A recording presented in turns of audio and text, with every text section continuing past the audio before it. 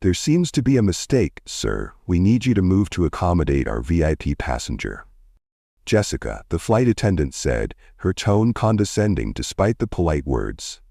"This seat is reserved for only our platinum members. You don't belong and can't sit here." Behind her stood Karen Whitfield, an elegantly dressed white woman, tapping her designer watch impatiently. Her eyes darted between Marcus, the black man, and the seat he occupied, seat 2A, which she clearly considered her rightful place.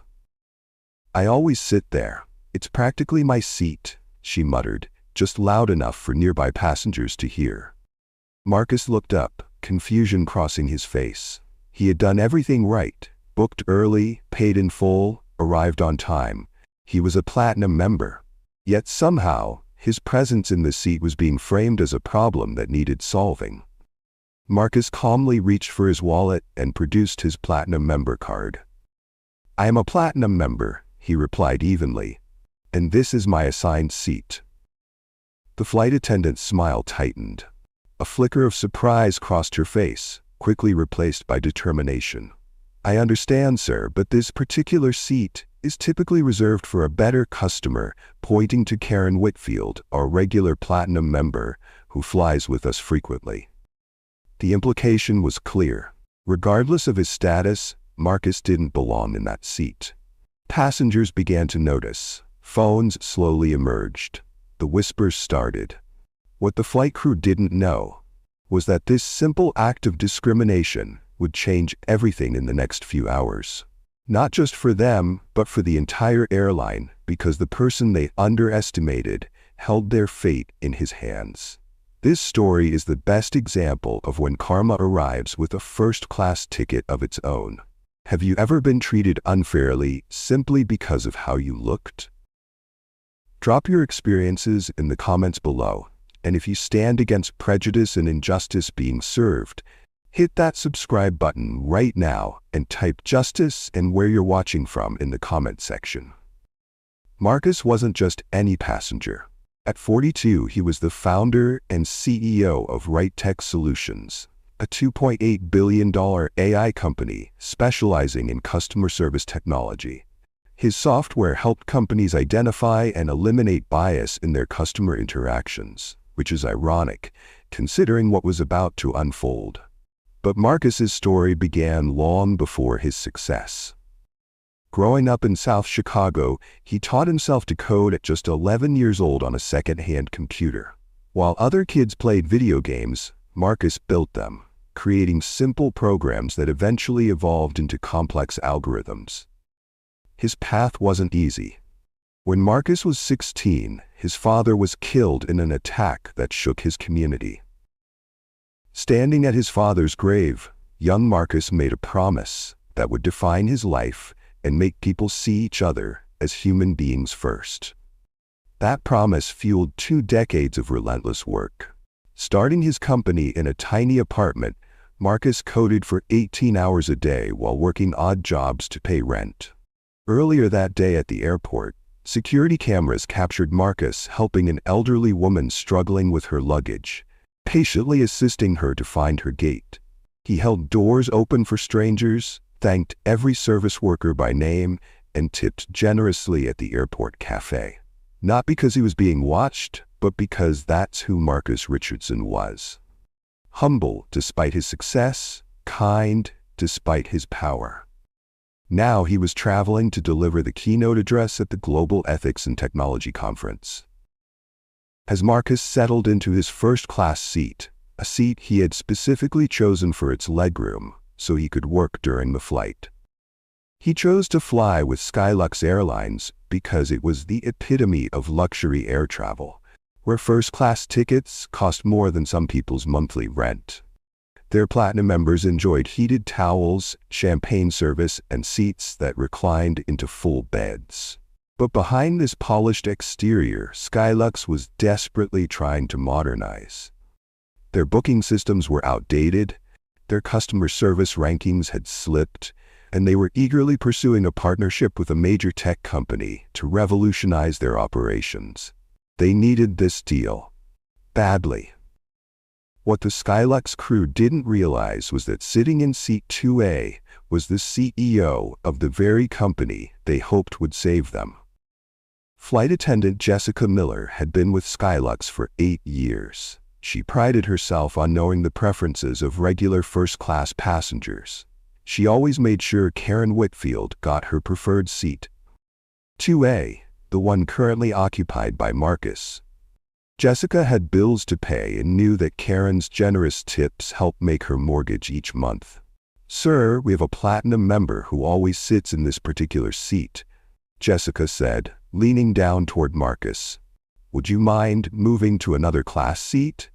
Her tone was polite, but carried an undercurrent of expectation, the kind that assumed compliance was the only acceptable response. Marcus looked up from his tablet, momentarily confused. He reached for his boarding pass and showed it to Jessica. "I'm sorry, but this is my assigned seat," he explained calmly. "I'm also a platinum member." Karen Whitfield stood in the aisle, making no attempt to hide her annoyance. Other passengers could clearly hear her when she said, "I always sit there on this route. It's practically my seat." The situation was quickly becoming uncomfortable. Several passengers were now watching the interaction unfold. Jessica shifted her weight from one foot to another, glancing nervously between Marcus and Karen. "Sir, perhaps you'd be more comfortable in another section?" Jessica suggested, her implication clear. She wasn't offering him another first-class seat. Marcus remained composed. "No thank you," he replied firmly. "I've selected this seat specifically for the legroom, as I need to work during the flight." Jessica's smile tightened. She nodded curtly and walked toward the front of the cabin where she occasionally glanced back at Marcus. What happened next was secretly caught on camera by a passenger across the aisle. Karen stepped forward, seemingly to put her bag in an overhead compartment. As she did, she slipped a folded stack of notes into Jessica's pocket, with practiced discretion. "I appreciate your help with this situation," Karen whispered, just loudly enough for the nearby passengers to hear. Jessica's face flushed as he accepted the money. In that moment, a simple seating dispute transformed into something far more sinister, a bribe to discriminate against a passenger based on appearance. The atmosphere in the first-class cabin had shifted. Trevor, the cabin supervisor, approached Marcus's seat with the confident stride of someone accustomed to having his authority unquestioned. His posture was rigid, his expression fixed in what he likely believed was professionalism. "Sir, we need you to move to accommodate our VIP passenger," Trevor announced, loud enough for nearby passengers to hear. His tone made it clear this wasn't a request, but a command. Marcus looked up from his tablet again, his expression calm, but his eyes revealing a weary familiarity with such encounters. "I've shown my boarding pass and platinum status," Marcus replied evenly. "This is my assigned seat." Trevor's face tightened. A muscle twitched near his jaw as he leaned in slightly, his voice taking on a condescending tone that made several nearby passengers shift uncomfortably in their seats. "Perhaps you're unfamiliar with how things work on this airline," Trevor said, emphasizing each word as if speaking to a child. "We accommodate worthy customers who have specific preferences." By now, the confrontation had captured the attention of nearly everyone in the first-class cabin. A businesswoman across the aisle discreetly angled his phone toward the interaction, openly recording the escalating situation. Within hours, these videos would be viewed millions of times online. Karen remained standing in the aisle, her designer handbag clutched against her chest, her impatience becoming increasingly theatrical. She checked her watch dramatically before letting out an exaggerated sigh that echoed through the cabin. "I have an important meeting right after landing," she announced to no one in particular. "I need my usual seat. This is beyond ridiculous." The other passengers' expressions told the real story. "You should get out of the seat. He doesn't even look like someone that can afford it anyway," one of them said. Trevor, emboldened by Karen's performance, leaned down closer to Marcus. His voice dropped to a near whisper, but in the tense quiet of the cabin, his words were still audible to those nearby. "Sir, we can do this the easy way, or we can make this difficult. Your choice." The threat hung in the air. A moment stretched into seconds as passengers held their breath, waiting for Marcus's response. Many people might have yielded at this point. The pressure of public confrontation, the implicit threat, the desire to avoid further escalation. But Marcus Richardson wasn't most people.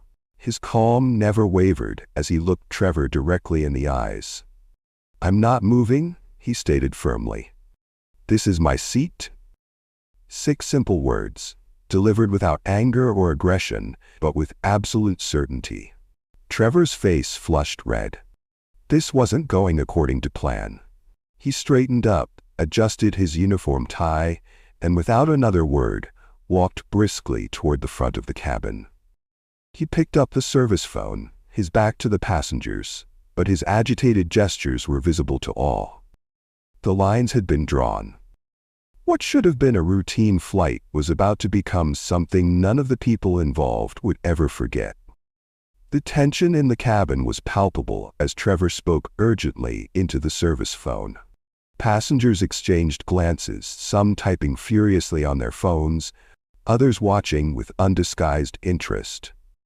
Marcus had returned to reviewing his presentation, his calm exterior revealing nothing of what must have been going through his mind. 5 minutes passed before the cockpit door opened. Captain James Reynolds emerged, his weathered face set in a professional mask as he followed Trevor down the aisle.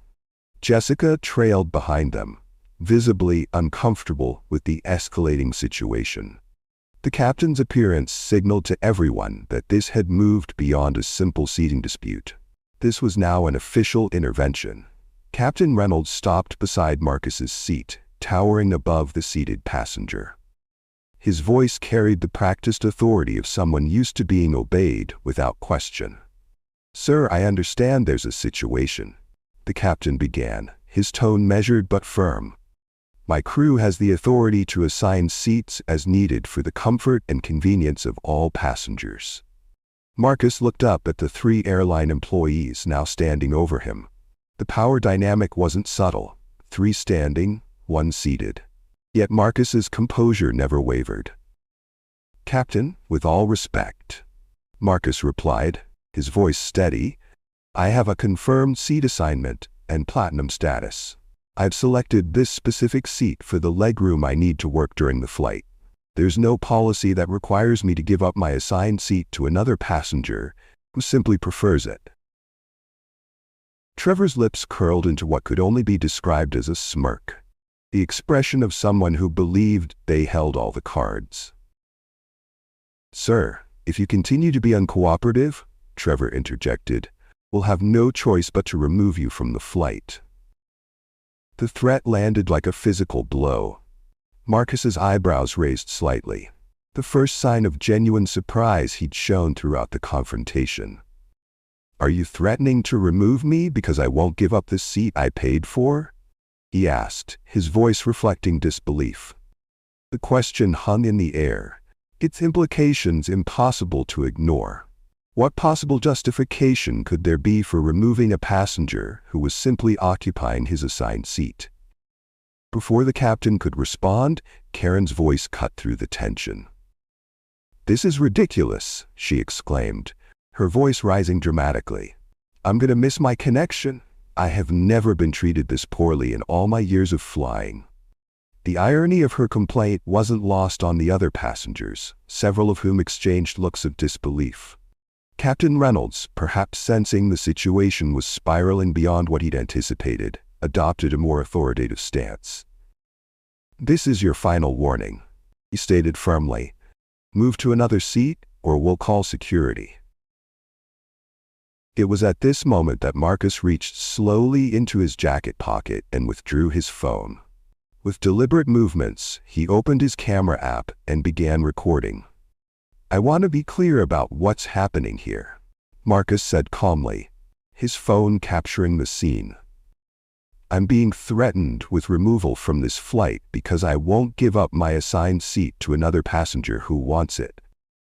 Trevor's face contorted with anger. He reached for Marcus's phone, his composure completely abandoned. "Recording is not permitted," he snapped, his hand dangerously close to grabbing Marcus's property. Marcus pulled his phone back, just out of reach. "Actually, there's no federal law prohibiting recording on an aircraft unless it interferes with crew duties. I'm simply documenting this interaction for my own protection." The legal knowledge caught Trevor off guard. He withdrew his hand, but his expression darkened further. "What would you have done if you were in Marcus' shoes? Would you give up the seat or stand your ground?" Let us know your thoughts in the comments, and don't forget to click on the subscribe button now to enjoy more of these stories. The next sound that echoed through the cabin was the heavy footsteps of two airport security officers boarding the plane. Their arrival marked a point of no return. The security officers moved with practiced efficiency down the aisle, following Trevor's gesturing hand directly to Marcus's seat. The cabin had fallen completely silent.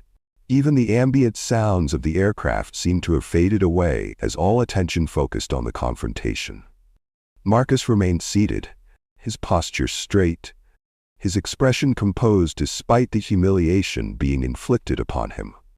His phone continued recording from where he had placed it on his lap.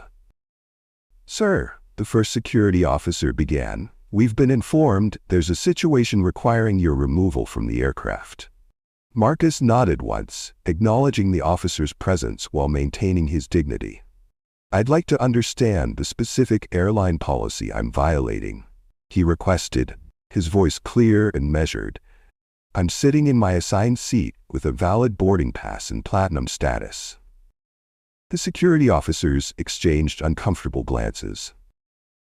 It was becoming increasingly obvious they had been called to remove a passenger who had violated no rules. "Sir, you need to gather your belongings and come with us," the second officer stated, avoiding the question entirely. Marcus looked directly at Captain Reynolds, who stood several feet away, flanked by Trevor and Jessica. "Am I being removed for refusing to give my correctly assigned seat to another passenger?" Marcus asked directly, his question cutting through the pretense. "You're being removed for creating a disturbance," the captain replied, the words sounding hollow even as he spoke them. A murmur ran through the cabin. An elderly gentleman in the second row shook his head in confirmation, while a young woman near the back of first class wiped tears from her eyes. With quiet dignity, Marcus began gathering his belongings. He closed his tablet case, tucked his presentation notes into his briefcase, and stood slowly. Karen, who had been watching the entire scene unfold, made no attempt to hide her satisfaction. A smug smile played at the corners of her mouth as she watched Marcus being escorted from his seat. Her seat now, she believed. "Serves him right, he clearly doesn't belong," came a voice from somewhere in the cabin. "But he didn't do anything wrong," called another passenger.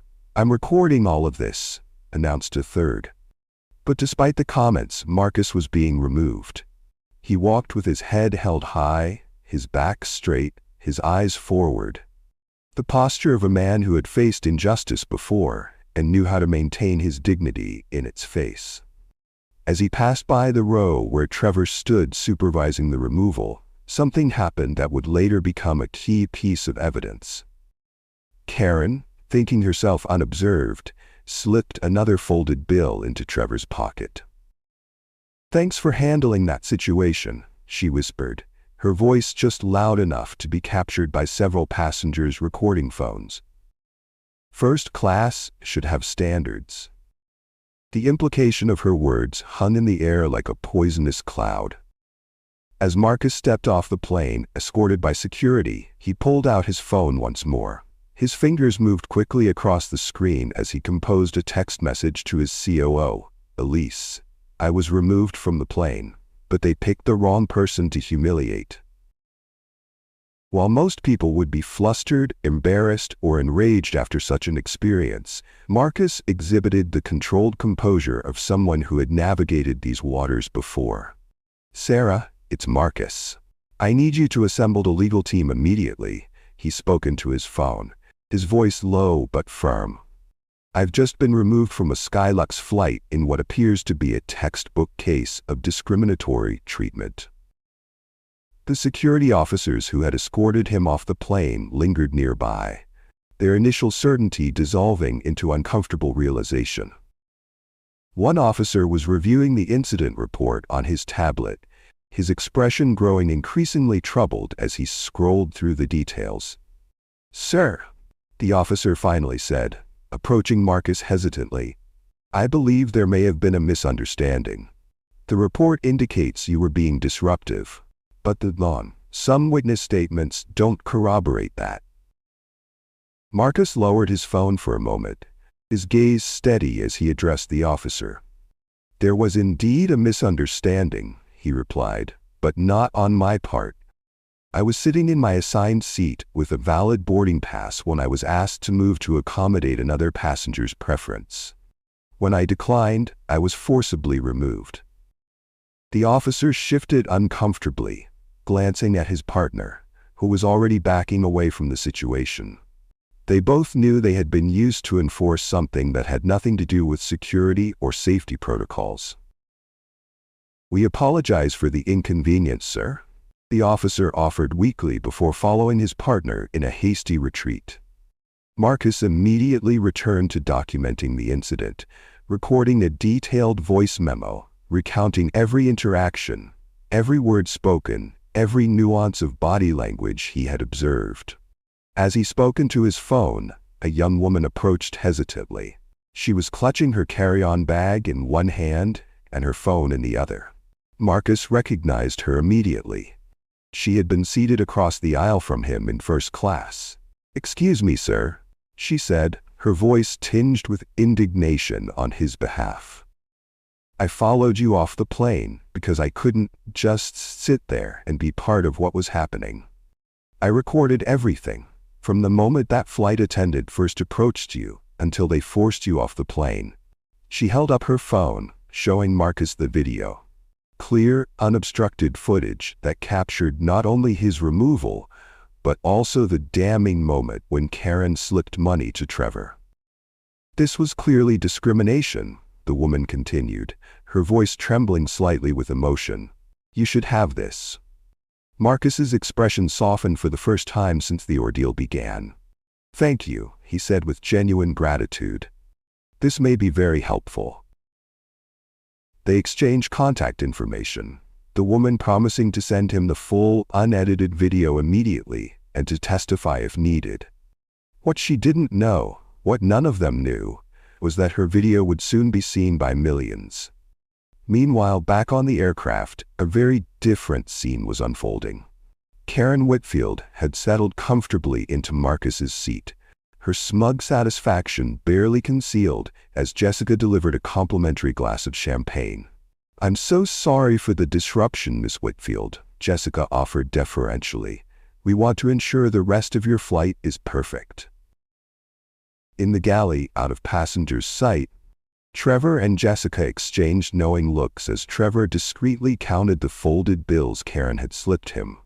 $200. The price they had accepted to humiliate a man whose only offense was occupying a seat he had rightfully purchased. "Nice bonus today," Trevor murmured, tucking the money into his wallet. Some passengers understand how to show proper appreciation. Neither of them realized that this bonus would soon cost them far more than they could possibly imagine. Suddenly, a call came through to the crew for an emergency meeting. The call was from one of the airline's admin, who informed them that they had just made a grave mistake that could cost them their job. All three were frightened as they looked at each other, trying to understand what was happening. The atmosphere had shifted, and clearly, they were no longer in control. Who exactly was the man they removed from the VIP seat and kicked off the plane? On the top floor of the sleek, glass-walled headquarters of Skylux Airlines, the CEO of Skylux, Richard Williams, was reviewing quarterly projections when his phone rang with an internal call from the Public Relations Department. "Sir, we may have a serious situation developing." The PR director's voice carried an unmistakable edge of panic. "A video is going viral showing one of our passengers being removed from a flight this morning." Williams sighed, initially dismissive. "Passengers get removed for disruptive behavior every day, Janet. Handle it with the usual statement." "Sir, this is different," the PR director insisted. "The passenger was not disruptive. He was a black man in first class who refused to give up his assigned seat to a white woman. The video shows our staff accepting cash from the woman before and after his removal." The blood drained from Williams' face as he processed the implications. "Send me the video, now." As Williams watched the footage on his monitor, his expression shifted from concern to horror. The clear discrimination, the money-changing hands, the dignified composure of the man being removed, it was a PR catastrophe unfolding in real time. "Who is he?" Williams demanded. "Have we identified the passenger?" There was a moment of hesitation before the PR director responded. "Yes, sir. According to the manifest, his name is Marcus Richardson." The silence that followed was deafening. "Did you say Marcus Richardson?" Williams finally asked, his voice barely above a whisper. "Yes, sir. Does that name mean something to you?" Williams collapsed back into his chair, staring blankly at the ceiling. "Marcus Richardson is the founder and CEO of Right Tech Solutions, the same company we've been courting for a $50 million partnership, the same company that has been quietly buying our stock for the past 2 years." Miles away, in a private airport lounge, Marcus sat at the center of a rapidly assembling team. His COO, Elise Thompson, had arrived within 20 minutes of his text, bringing with her their chief legal counsel and head of corporate communications. Laptops were open, phones were buzzing, and the atmosphere crackled with focused energy. "The video has already reached 2 million views," the communications director reported, turning her screen to show the rapidly climbing numbers. "Major news outlets are picking it up now." Elise and Marcus exchanged a significant look, one that spoke of years of shared experiences and mutual understanding. "They don't know that we were already evaluating their company culture for the partnership," Elise said, her tone reflecting the bitter irony of the situation. "I guess they just gave us their authentic selves, without realizing who was watching." In the Skylux headquarters, the social media team was in full crisis mode. Screens displayed the rapidly spiraling situation. #Skylux discrimination was trending nationally. The video view count had passed 5 million, and celebrities were beginning to amplify the story to their millions of followers. Williams was now surrounded by his executive team, their faces grim as they assessed the damage. "Sir," his assistant interrupted, phone in hand, "I will out Marcus Richardson's office on the line, so you can request to speak with him directly." The room fell silent. Williams took a deep breath before accepting the call on speakerphone. "Mr. Richardson," he began, his voice strained with forced cordiality, "I want to extend our deepest apologies for the inexcusable incident that occurred this morning." "Wait," interrupted the CFO, who had been frantically searching through files. "The Marcus Richardson? The tech CEO?" Williams nodded grimly as Marcus's voice came through the speaker, calm and measured. "Mr. Williams, I appreciate your willingness to speak with me directly. As you may be aware, my company owns approximately 25% of Skylux Airlines shares, a controlling stake when combined with our strategic partners." The executives exchanged panicked glances, the full magnitude of the situation finally dawning on them. "I want to call an emergency shareholder meeting immediately," Marcus continued, his tone leaving no room for negotiation. "The events of today have raised serious concerns about Skylux's corporate culture and commitment to ethical treatment of all passengers." An emergency board meeting had been convened with unprecedented urgency.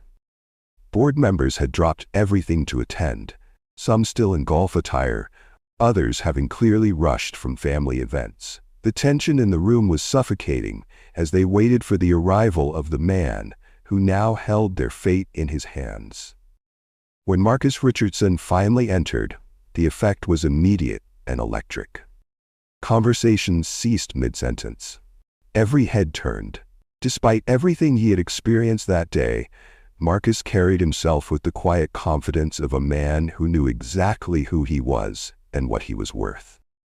He wore the same suit he'd been wearing when removed from the plane, a subtle but powerful reminder of the day's events. Behind him walked his executive team. Elise Thompson, their legal counsel, and two others whose presence would later prove crucial to the transformation that was about to begin. As Marcus took his seat, Williams used a remote to dim the lights and activate the massive screen at the front of the room. The video began to play, crystal clear and devastating in its implications. Every moment was captured: the initial confrontation, Trevor's condescension, the captain's weak justifications, and most damning of all, the money-changing hands before and after Marcus's removal.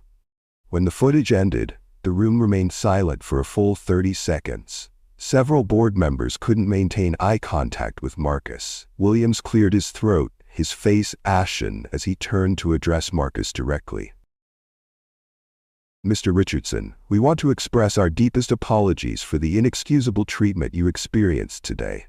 This behavior does not reflect the values of Skylux Airlines, and we—" "I'm not interested in apologies," Marcus interrupted, his voice calm but resolute. The bluntness of his response sent a visible ripple through the room. Board members shifted uncomfortably in their leather chairs, suddenly aware that standard corporate damage control would not suffice. "As your largest individual shareholder," Marcus continued, "I have one demand and one decision. First, every staff member involved is terminated immediately. Second, I am canceling the proposed contract between my tech company and this airline." Williams glanced nervously at the board members before responding. "Mr. Richardson, while we understand your frustration, perhaps we could consider suspensions instead? Some of these employees have been with the company for many years, and our union agreements—" "This isn't negotiable," Marcus stated, placing his hands flat on the table. "It's accountability, or I'll pull my investment and the $50 million contract we were considering." The implications hung heavy in the air. 25% of their stock suddenly dumped on the market would be catastrophic. The loss of the $50 million modernization contract would leave them years behind their competitors. As if on cue, the boardroom doors burst open. A young financial analyst rushed in, clearly having run from another floor. He thrust a tablet toward Williams, forgetting all protocols of boardroom etiquette in his urgency.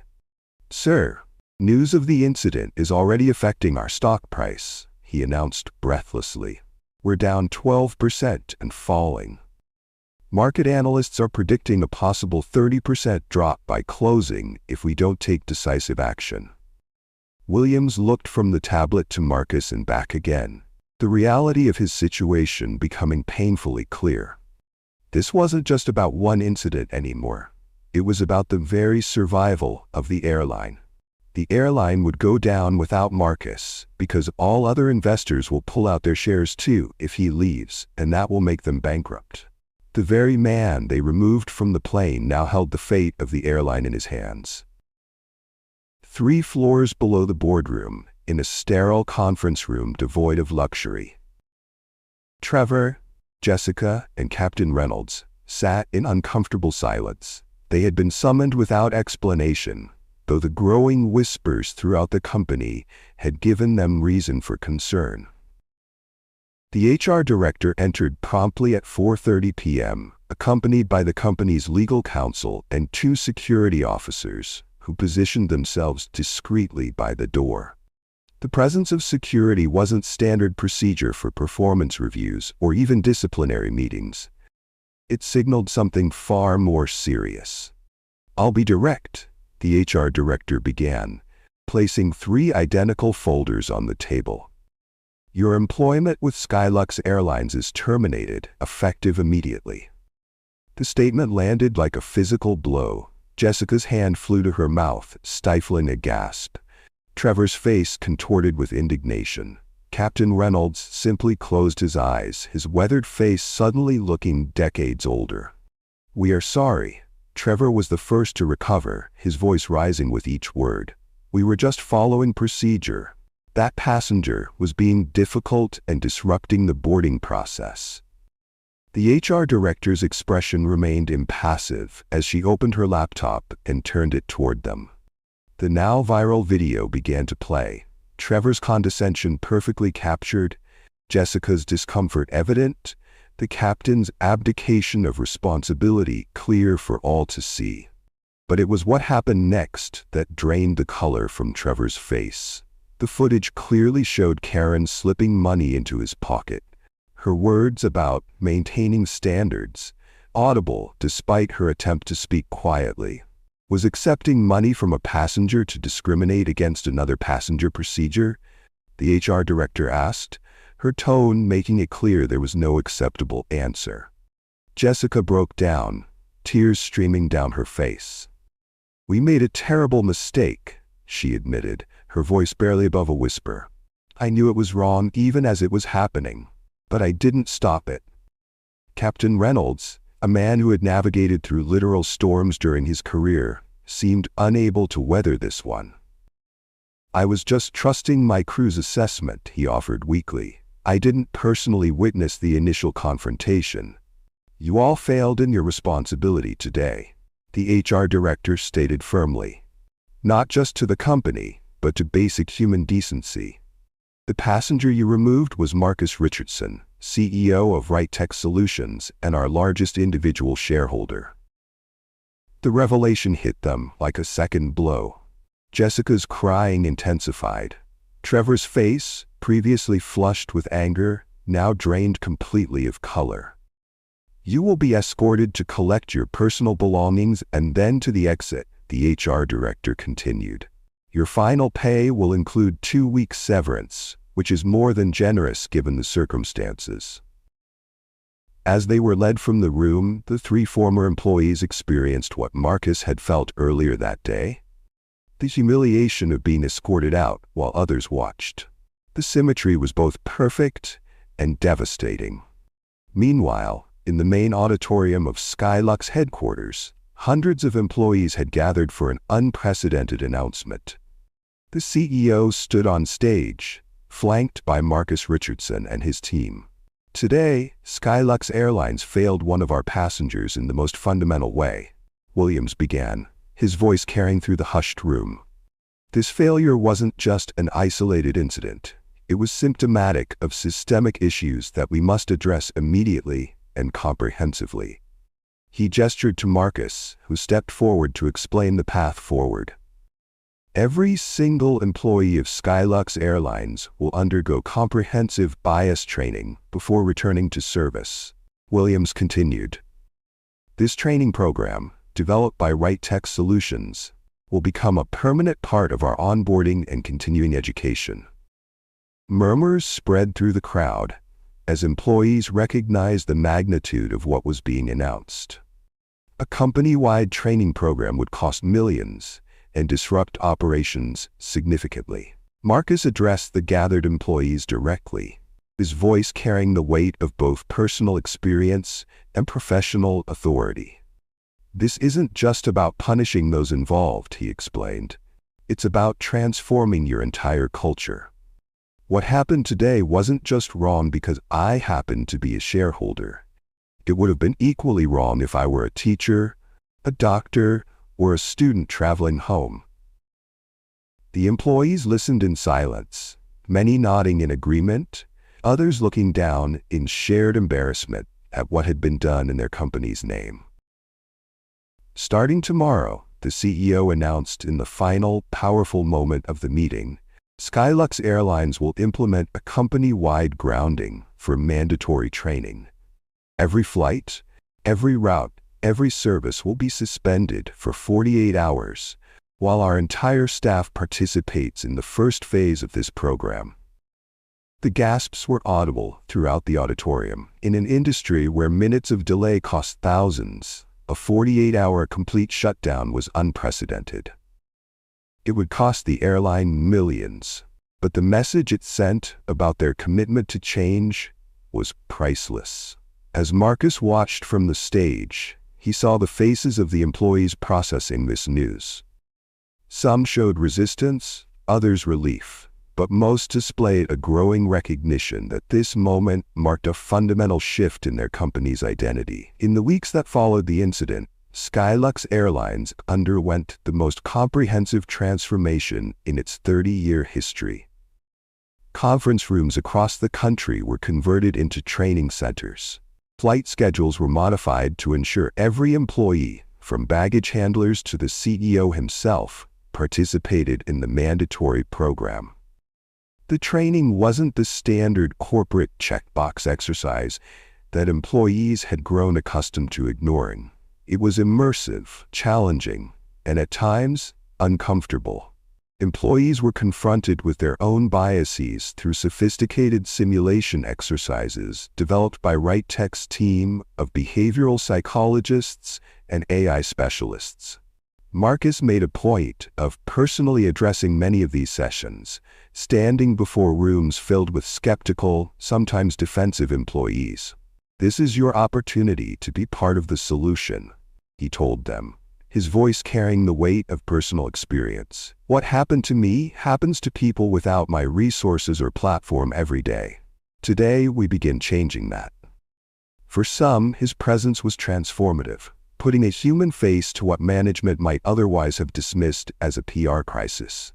For others, his willingness to engage despite his treatment demonstrated a commitment to genuine change rather than retribution. Outside Skylux's corporate bubble, consequences continued to unfold. Trevor, Jessica, and Captain Reynolds discovered that in the digital age, accountability follows you everywhere. Their names and faces had become synonymous with discrimination in an industry where reputation is currency. Trevor sat in his apartment, surrounded by rejection emails from other airlines. "Previous experience noted, but we've decided to pursue other candidates at this time." The polite corporate language couldn't mask the reality. No one wanted to hire the man from that viral video. Jessica faced similar rejections, each one deepening her understanding of how a single decision could alter the trajectory of a career built over 8 years. During one interview that initially seemed promising, the hiring manager's expression changed the moment recognition dawned. "You're the flight attendant from that discrimination incident, aren't you?" The interview ended shortly after. Captain Reynolds, with 30 years of flying experience, found himself unable to secure even entry-level positions within the industry. His distinguished career had been reduced to those few minutes of poor judgment when he had failed to stand up for what was right. Karen Whitfield wasn't spared either. Skylux had implemented a lifetime ban, but the consequences extended far beyond her preferred airline.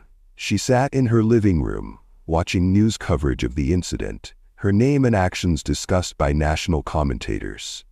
Her company had placed her on administrative leave, pending an investigation into her conduct.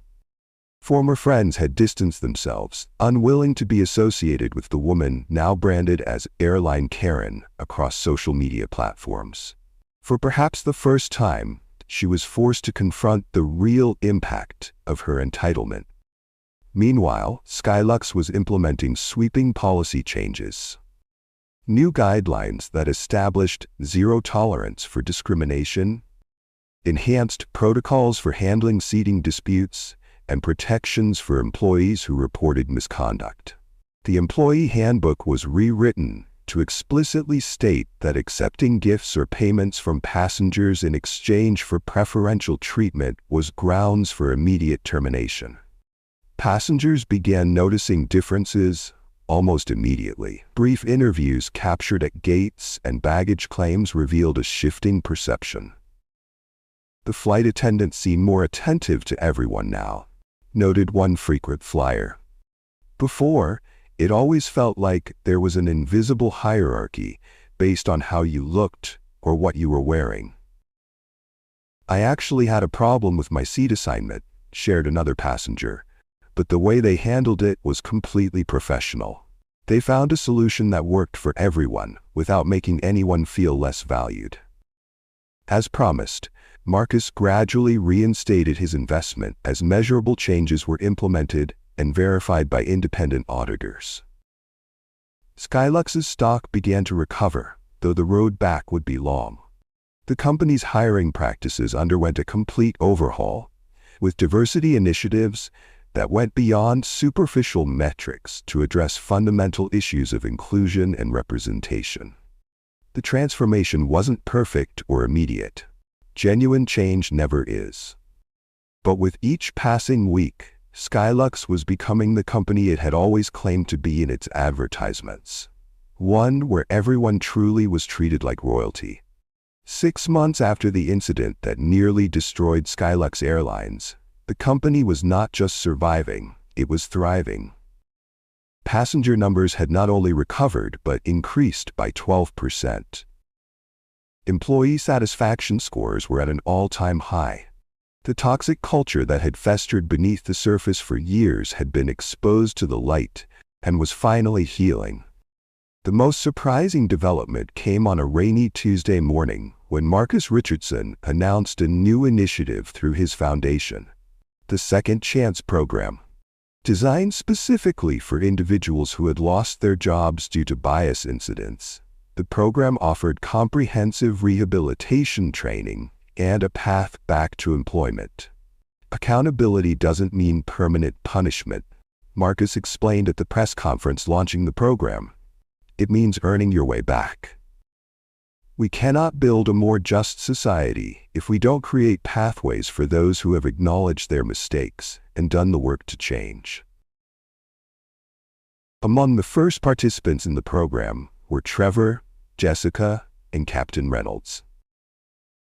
The journey wasn't easy for any of them. The program required them to confront uncomfortable truths about themselves, to understand the impact of their actions not just on Marcus, but on countless others who experienced similar treatment without the power to fight back. Trevor, who had initially been the most resistant, underwent the most profound transformation. In group sessions, he spoke about growing up in a household where casual racism was the norm, about never questioning the biases he had inherited until they cost him everything. I never saw myself as prejudiced, he admitted during one particularly powerful session. I thought that because I didn't use slurs or explicitly hate anyone, I was one of the good ones. This experience has shown me how bias operates even when we don't recognize it in ourselves. Jessica's journey focused on moral courage, the willingness to speak up even when it might cost you. I knew what was happening was wrong, she shared, but I was afraid of losing my job if I challenged Trevor or the captain. Now I understand that my silence made me complicit. Captain Reynolds, the oldest of the three, perhaps had the hardest road. Decades of believing he had treated everyone fairly were called into question by his actions that day. I trusted the wrong things, he reflected. I trusted hierarchy over humanity. I'll spend the rest of my career making that right. With certificates from the program in hand, Trevor and Jessica began applying for entry-level positions at different airlines. Their applications now included their story, not as an excuse, but as context for the growth they had undergone. The certificates didn't erase their past actions, but they demonstrated a commitment to change that some employers found compelling. Jessica was the first to secure a position, not as a flight attendant, but as a ground crew member at a regional carrier. The pay was less than half of what she had earned at Skylux. The hours were longer, and the work was physically demanding. But it was a second chance she had once thought impossible. Trevor followed a month later, starting in baggage handling at another airline. Captain Reynolds, given his age and experience, faced a different path. He wouldn't fly commercially again, but found purpose teaching in the Second Chance program, helping others understand the consequences of the kinds of decisions he had made. Skylux itself was transformed. Independent auditors confirmed what passengers had already noticed. The airline now led the industry in customer satisfaction across all demographics. For the first time, Black, Hispanic, and Middle Eastern passengers reported service experiences equal to or better than those of white passengers, a metric that should have been standard but had never been achieved in the industry. In a private meeting at Skylux headquarters, Marcus sat across from CEO Richard Williams, reviewing the 6-month progress report. "You've shown real change," Marcus acknowledged, closing the folder containing the latest metrics. "That deserves recognition." Williams nodded, the weight of the previous months evident in the new lines on his face. "This hasn't been easy," he admitted, "but it's been necessary. What happened to you that day forced us to confront issues we'd been ignoring for years." "That's often how change happens," Marcus replied. "Not through comfort, but through confrontation."